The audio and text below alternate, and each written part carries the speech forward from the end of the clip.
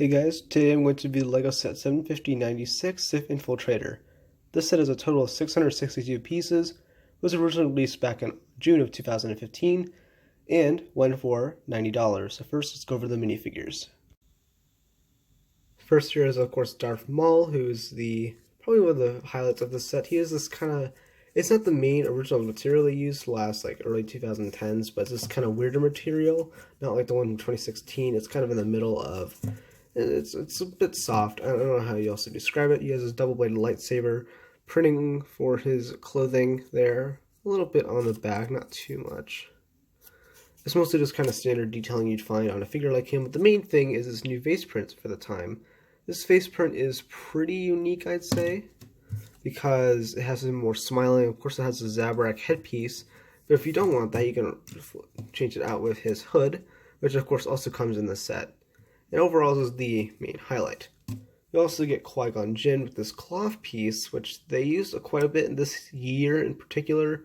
He also has this hairpiece as well that I think was originally made for him, but they used for a couple other minifigures and other themes. This kind of cloth piece you can take off over his head, because it's kind of just on there like that. You can see kind of the printing. Standard kind of Jedi robe printing, another expression, more determined. And this is before dual molded printing, so it's kind of molded on there kind of awkwardly with the brown legs. And of course he has the green lightsaber. Next here is Anakin Skywalker, who is of course, I think another set that came out, the Nebula Starfighter, except without his helmet.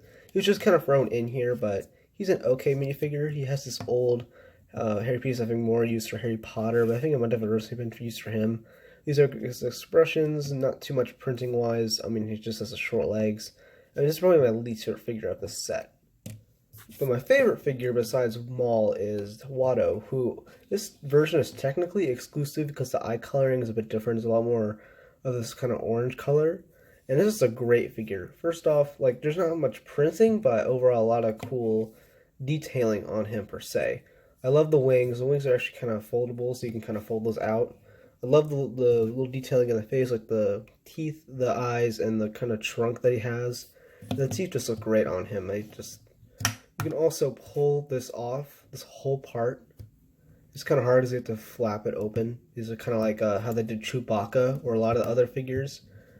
But you can kind of pull that off, and that'll be how you take. This body piece is kind of plain though, but this is a really cool mold. Lastly, you get R2-D2. He comes in quite a few sets. Like, he's probably the most common figure out of all of these, but it's just a way to get another version of him. Now, the set itself, I'd say, is a lot bigger than it looks. It is very long, a lot bigger than I was thinking.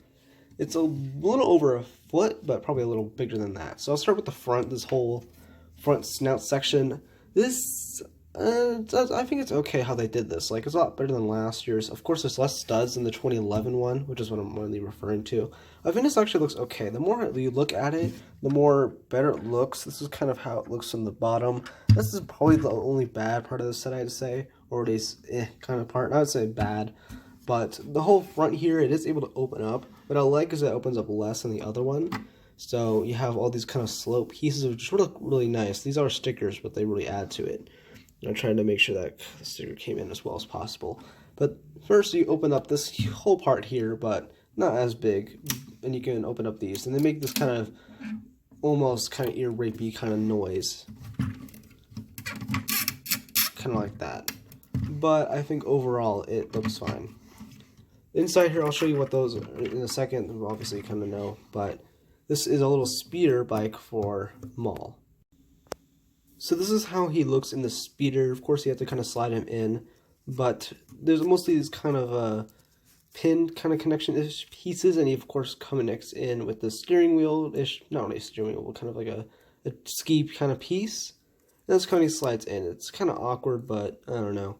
I like this a lot better than the other ones. But it's a weird kind of speeder design in general, and of course he doesn't sit on any studs.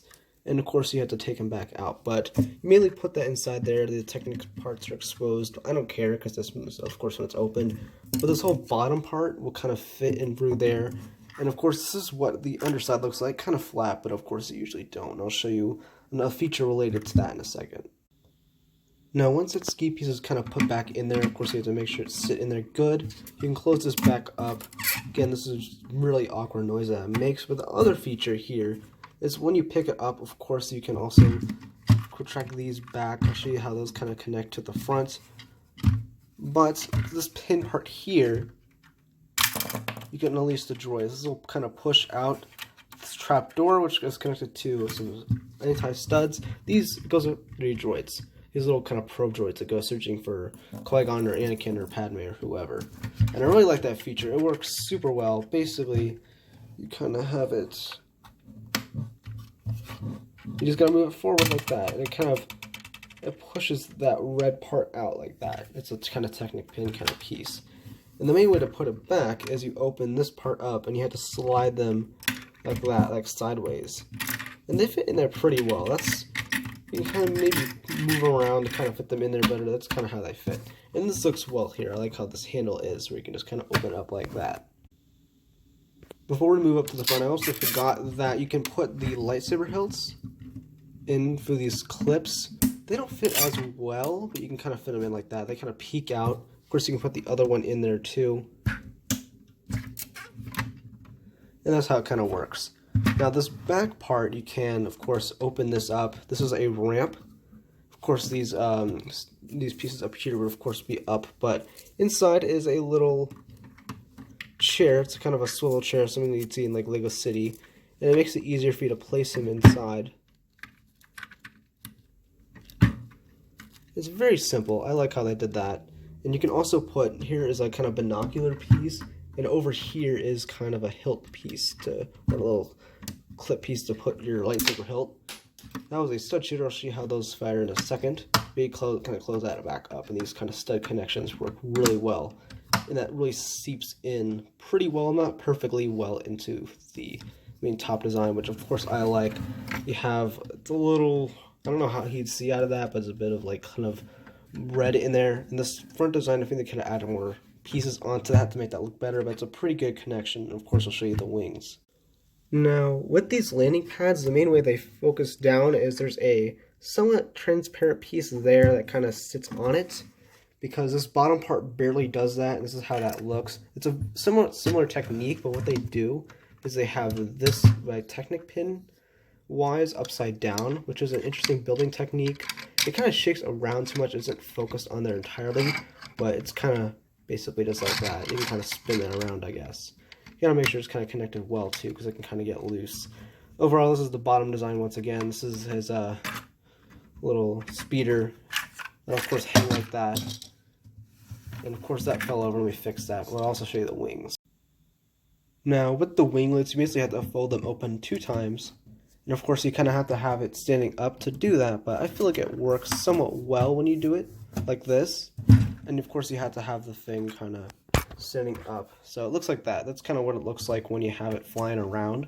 Of course you have to pick it up, but it looks really good. It's like a advanced TIE fighter, but with a huge like Star Destroyer like front, which of course is a more ancient design. But of course you have to pick it up to have it like this, kind of like with a TIE fighter like that. But I also like how it looks. It's a bit flat, but I feel like that works well. Again, this is very much like an advanced TIE fighter. I love how they did the slow pieces here, though, to make it look a little more, of course, better. You can't have it sitting like this, and of course you have a spring-load shooter on each side. This is how one fired. Of course, it will accidentally fire out all the time, but you can kind of have those back in there. And of course, that's the set. Really good looking. Also, these, I guess, are kind of like engine detailings on it. Overall, I love this set. Underrated Star Wars set. Overall, I think this is probably the most underrated Star Wars set of its type. I just love the design of it. It's a not too well-known vehicle, but I just love how the different type of building techniques they use, the cool minifigures, and overall, I just love the design of it. There's a lot of cool play features in here. It was a little overpriced, but I feel in general, it's kind of worth it. It is a lot bigger than it looks. So thank you guys for watching this review, and bye guys.